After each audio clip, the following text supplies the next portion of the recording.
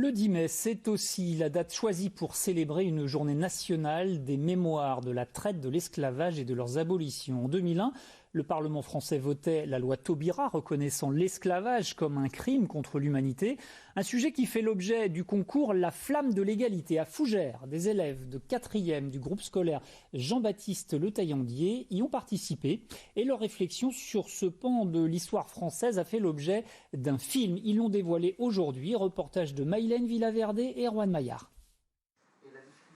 Sous-préfet, député et maire de Fougères sont venus ce matin découvrir le film réalisé par des élèves de Fougères et de Saint-Georges de Rintembeau. Tout au long de l'année scolaire, ces adolescents se sont penchés sur le commerce triangulaire à travers l'histoire de Zumbi dos Palmares. Je suis Zumbi, descendant de roi du Congo. Ma grand-mère était Dans leur court-métrage, ils relatent la vie de cet homme, fait esclave par les Portugais, qui deviendra chef de guerre et leader de la résistance anticolonialiste au Brésil. Par la vidéo, la musique et les arts plastiques, les jeunes ont ainsi fait un travail de mémoire sur la traite des hommes et des femmes noirs, un pan de l'histoire qu'ils ont aujourd'hui à cœur de transmettre.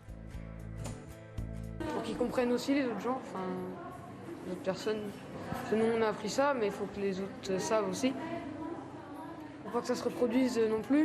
Comme ça nous donne beaucoup plus envie de l'apprendre aux autres et on a en plus envie d'apprendre à vivre entre nous. Il va forcément rester des choses, notamment par la pratique artistique, et aussi ça leur a forgé un début de réflexion par rapport aux injustices, aux crimes contre l'humanité.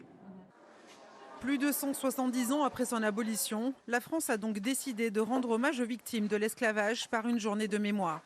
Pour les militants, il est urgent de remettre le sujet au cœur de l'enseignement, mais aussi des débats politiques, car l'esclavage et le colonialisme ont laissé des traces.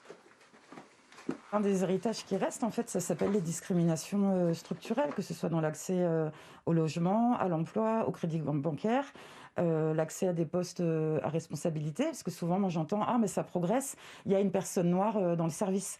Il y en a une sur combien? Tant qu'en fait, on peut nous compter sur les doigts de la main, ça n'avance pas tant que ça. Les célébrations du 10 mai apparaissent aujourd'hui comme une étape essentielle dans le chemin qui mène à la fin des discriminations.